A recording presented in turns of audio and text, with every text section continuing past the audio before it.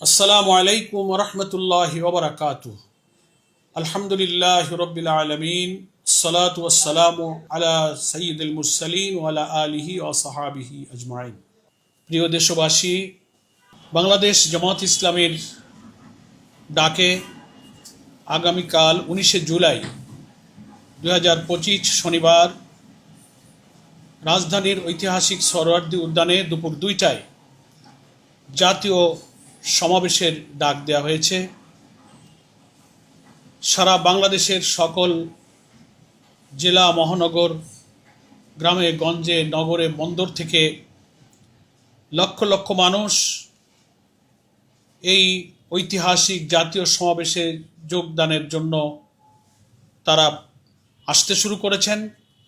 চলো চলো ঢাকা চলো আওয়াজ তুলে রাজধানীমুখী জনতার মিছিল শুরু হয়েছে।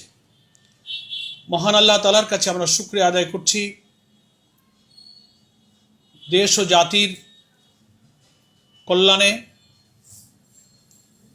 আগামী দিনের নতুন বাংলাদেশ বিনির্মাণের স্বপ্ন পূরণের লক্ষ্যে জামাত ইসলামীর ডাকে এই ঐতিহাসিক জাতীয় সমাবেশ অনুষ্ঠিত হবে। আপনারা সবাই জানেন, এই সমাবেশে সভাপতিত্ব করবেন নতুন বাংলাদেশের স্বপ্ন সারথী, বাংলাদেশের মানুষের নন্দিত এবং মানবিক নেতা আমাদের প্রিয় আমিরে জামাত ডক্টর শফিকুর রহমান।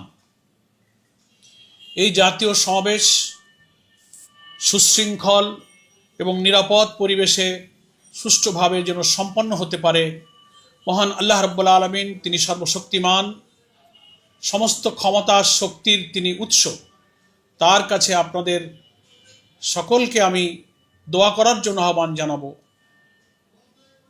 হৃদয় ভরে তার কাছে আমরা আকুতি জানাবো যে মহান আল্লাহ পাক যেন এই জাতীয় সমাবেশকে সফল করেন, সাফল্যমণ্ডিত করেন।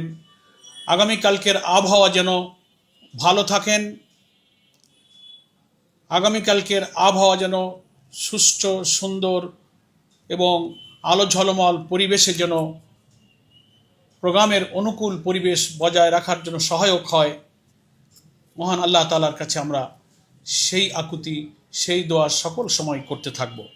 সম্মানিত দেশবাসী এবং প্রিয় বাংলাদেশ জামাত ইসলামীর কর্মী, সমর্থক এবং সুধীবৃন্দ, এই জাতীয় সমাবেশ ব্যবস্থাপনার জন্য সকল কার্যক্রম যেন সুষ্ঠুভাবে সম্পন্ন হয়, সে ব্যাপারে জেলা, উপজেলা, অধস্থান সংগঠনে কেন্দ্রের পক্ষ থেকে অঞ্চলের মাধ্যমে বিভিন্ন সময়ে নির্দেশনা দেওয়া হচ্ছে।